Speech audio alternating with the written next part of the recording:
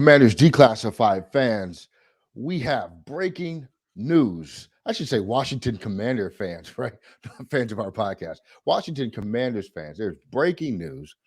Your star defensive tackle, Daron Payne, has been re-signed. He has re-upped with your Washington Commanders. He didn't get little money. He got big boy money. He got a 4-year deal, $90 million, $60 million guaranteed. He is the second highest paid D tackle behind Aaron Donald.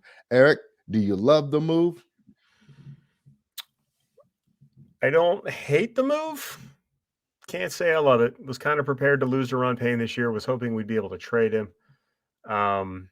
But we fans are a finicky lot. We used to complain that we would let our guys go and sign guys from the outside, and now we're signing our own guys and complaining about that.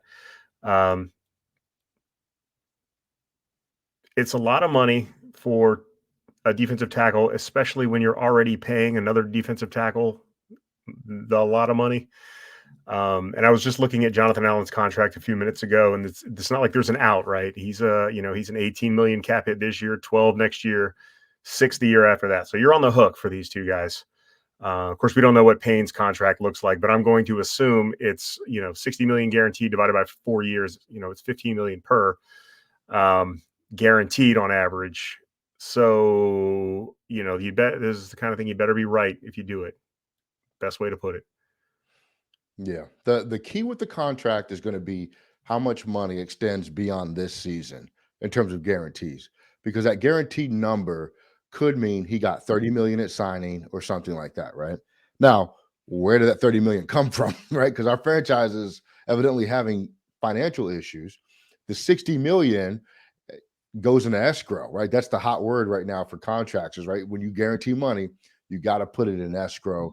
So I think it'll be intriguing to see what this means for the overall ownership situation long term. What I read from the situation is a couple of things. Number one, this move, depending on how the contract's set up, indicates to me that Ron Rivera might be here longer than we think because he was allowed to give such a deal. Number two, they want to build in the trenches. And the question that we're going to be answering over the next few seasons is, can you still win in the NFL building from the trenches, right? Now, on the offensive line, you have to, and we're not there yet. But on the defensive line, we're now in a space where we have more mobile quarterbacks than ever in this league, playing at very high levels. And so your defensive pressure needs to be around the edge and containment and things like that, where your defensive tackles don't necessarily help. But this is their strategy, and we're going to have to see how it works. I am very, very thrilled for Daron Payne. I am happy for him. He played his butt off. You and I saw him at OTAs last year, and we were just in awe of the size of this human being. And he came out last year, and he played like one of the best defensive tackles in the league. If you're not a fan of this deal, your concern is how consistent has he been in his career? And it's a fair question. In his rookie year, he had 5 sacks. And then 2019, he had 2 sacks. And then he had 3 sacks. 2021, he had 4 sacks. Last year, he ballooned to 11.5 sacks in the contract year. So he cannot play at that 2 to 4 sack level from here on out. It cannot happen, or this is going to look like an awful, awful contract. The point that you spoke about earlier, I think, is 100% valid. This is a lot of money at the defensive tackle position. I think it's probably the highest in the NFL amongst 2 defensive tackles by a long shot, right? But this is where we got our pass rush from last year. And so I can see Ron wanting to lock this in to say, hey, give me some more of that, because our defensive turnaround was predicated on not giving up a lot on the ground and getting pass rush from the interior, which helped speed things up for the quarterback throwing downfield, because our secondary doesn't get a lot of turnovers. So I think all in all, I can certainly see why they did it. I think there's going to be some roster building questions that this contract is going to bring in over the next few years, and we'll just have to see how they play out. Do you think that this changes anything with the approach towards John Allen and his usage going forward, by Payne being here long term? You said there's no out in the Allen contract, so I guess not really, right? You're going to play both guys, and you're going to play them through the duration of their guaranteed money, right? I mean, yeah. I don't see any problem with the way that they've been deployed thus far. I mean, they're both John Allen certainly earned his money. Daron Payne, I think, earned his money. So I think they're looking for more of the same. I'm curious about Payne. You kind of mentioned it. I'm a dot connector. I may or may not, own a bulletin board with push pins and string all over it. I look for red flags. It's just in my nature. And a guy whose production jumps that much in his contract year just makes me, raise an eyebrow. I like Daron Payne, and Daron Payne throughout his time here has shown that he can take over a game. I always think back to that Tampa playoff game where he was the best defender on the field. He was everywhere, but he didn't do that every week until this year. And it was very clear from his tweets, from everything coming out of his camp, that he was very focused on getting paid this year. So it remains to be seen. He's got big shoes to fill because Jonathan Allen stepped up his game after he got his contract, right? He got paid and then his game improved. Is Payne going to be that guy, or is Payne, I don't want to say Albert Hainsworth, but it gives me Albert Hainsworth vibes a little bit when a guy plays that well when it's time to get paid. I'm just curious to see how he's going to proceed. I'm not going to call him Albert Hainsworth. I think he'll stay motivated much more. You will never see Daron Payne laying on the field because he's tired, right? But we'll see. Does he go back to that first 3-year inconsistency, or do we see that monster, more of that monster player? Is there any kind of a drop off? I'm very curious to see that. I feel like I know the answer, and I don't think a lot of fans are going to like the answer. I think he's going to take a step back, personally, just as my I guess, I don't know, hot take right off the cuff. I feel like he may not be as dominant as he was this year now that he's got his money. I hope I'm wrong. I hope he proves me wrong. I hope he's listening and he hates my guts now and he wants to show me everything. And for the next 4 years, just dominates the league, would be fantastic. I just don't see it because like I said, I look for red flags, and stepping up your game when it's time to get paid is a red flag in my eyes. Daron Payne has made a lot of strides, and kudos to the patience of the organization and keeping him here. Remember that fight on the sideline with John Allen on Monday Night Football? And in any other organization or regime, I should say, prior to, he'd have been out of here. He would not have had a chance to get to a second contract. But Ron Rivera was patient through that situation. Payne was mature enough, and Allen was mature enough to work through that. And now they're our highest paid players on the team outside of, I think, Terry, right? And I think this money kind of rivals the AAV of Terry, or close. No, it doesn't. But it's for a defensive tackle, it's really close to what a wide receiver money is getting. Relatively, keyword being relative. But I just think that's a sign of our organization maturing, being able to overcome that situation. I love Daron Payne. I've been banging the table for Daron Payne for a few years. Brian and I argue a lot about who's better, John Allen or Daron Payne. My personal preference is Daron Payne, just because I think he's more explosive and more tenacity, and where John Allen is more consistent. And you said it; he always brings his lunch pail, and he plays hard all the time. Whereas with Payne, prior to this year, you didn't see it every single week. Last year, you saw it every week. He was a game changer. Last season, Daron Payne was a 4-year, $90 million defensive tackle, right? It's just about, can that keep coming over the duration of the deal? What's his motivation now that his motivation isn't money because he's got it, right? And that's a question Daron Payne has to answer for himself.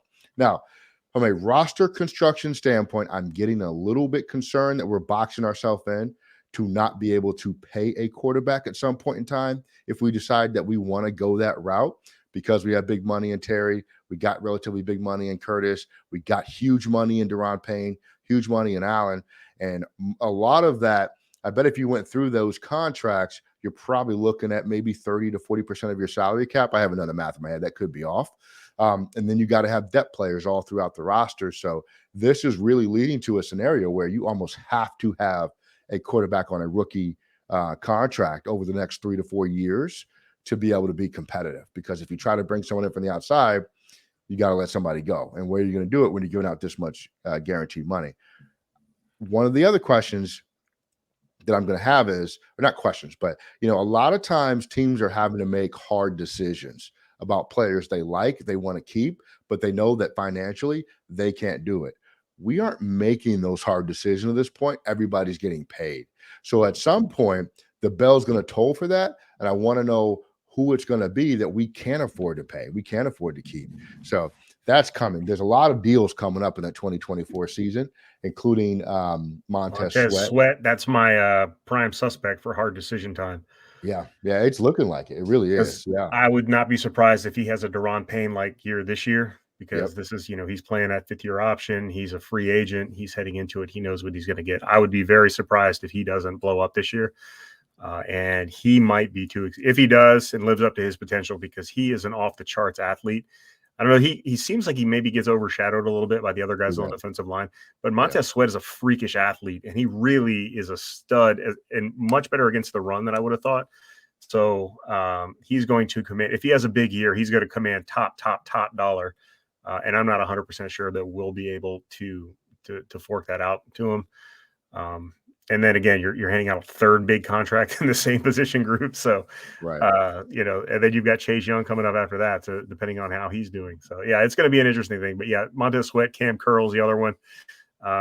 Probably Yeah. have to pay to make a decision on Antonio Gibson. I don't know that he's going to command huge money unless he blows up this year. But those are the guys you're looking at making tough decisions on after this season, at least.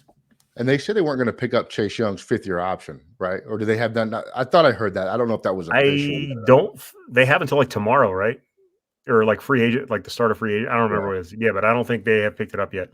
And if they don't pick it up, then does that put him in the free agency category for next year too? Or is that he'd be a fourth year. No, he'd be a free agent after next year if they don't pick up his option. That's some crazy. big decision making to do. So you got to pay Young and Sweat if they both play well. That's nuts. And Curl already told me he wants 20 M's per year. So yeah, the hard decisions are coming next year. But maybe Ron is gambling on the fact that, hey, I might not have to make those hard decisions. So it's whatever, right? So we'll see. I'm super happy for Payne. I think, my only real concern with this is roster building. I said this on social media. I think that pick, and we expressed this at the time that Mathis pick was made. I find that pick to be utterly ridiculous last year because you don't draft depth on the D line a year in advance. And that pick could have gone to an offensive guard or some lineman on the offensive side of the ball to help this team be more ready to roll right now. But it is what it is. They made that pick. I think Mathis will fill a very specific role. I don't hate Mathis. I just think that pick could have been used more strategically than what it was last year. So yeah, I really thought that Mathis was kind of going to be the replacement for Daron Payne. Right. Maybe the injury messed that up. Like they don't know what they have in Mathis yet, so they have to. Yeah. But I don't know. Yeah, it definitely seemed like he was going to fill that hole that was going to be Daron Payne leaving. Yeah. And then there's a value proposition conversation where, what would you have gotten for Payne? If he got $90 million from us, what was he worth on the open market? And what was he worth on the trade market to what you could have gotten in return for Payne to maybe fill the roster out somewhere else? But that's a question we don't have to answer now because Daron Payne is here and he's got $90 million from us, $60 million of which is fully guaranteed. And Daron Payne's going to be with us for the next 3 years at least. Usually, if it's a 4-year deal, there's some wiggle room on the back end of the contract. We'll see if it's really a 2-year deal or if it's a 3 or 4-year deal based on guarantees and how those are structured when it comes out. We probably won't know that for another few days or so, but we'll see. So again, this podcast is a huge Daron Payne fan podcast. We said it all throughout the season. He is a phenomenal football player. It just, we just have to see where this goes and what it means for the overall long-term roster construction conversation. Eric, any final thoughts on the Daron Payne situation? Prove me wrong, Daron. I want you to be better this year than you were last. I don't want to be right about this. I just have a bad feeling. But I want you to make me understand that my gut feeling is wrong because my guts have crap for brains. So go have a big year, Daron. I'm rooting for you. I'm a realist and I'm a negative guy in general. So I apologize for that, but go get him, Daron. Prove me wrong. Man, we are absolutely rooting for you and what you can bring to this football team. It looks like we're going to have to be very strategic in the draft now, hitting on our offensive line and our secondary selections. I think all else besides this Payne situation will be real quiet in free agency. I think we had what this was a lot of what our cap space was, I think, right? Going into We free were agent. at like 15.8 million. So yeah, Yeah. probably And gonna have to make a few moves. yeah, we're gonna have to make some moves. You got to sign draft picks. I would not be shocked to see. Well, Ron doesn't really restructure contracts. At least they haven't so far in his tenure in Washington. So somebody's getting let go somewhere, and we'll see who that'll be. But for everybody listening, watching, Daron Payne is back with the Washington Commanders. A dominant defensive tackle returns for for 4 more years, $90 million, $60 million guaranteed. The brother got paid. He deserved it based on last year. We just got to keep going. He's got to keep grinding and get even better this year. And nobody will complain about the money then. Again, Daron Payne has returned to the Washington Commanders. Thank you for listening. This has been a special report, breaking news. Enjoy it. Hit us in the comments. Tell us what you think about the contract. We are out of here. Peace.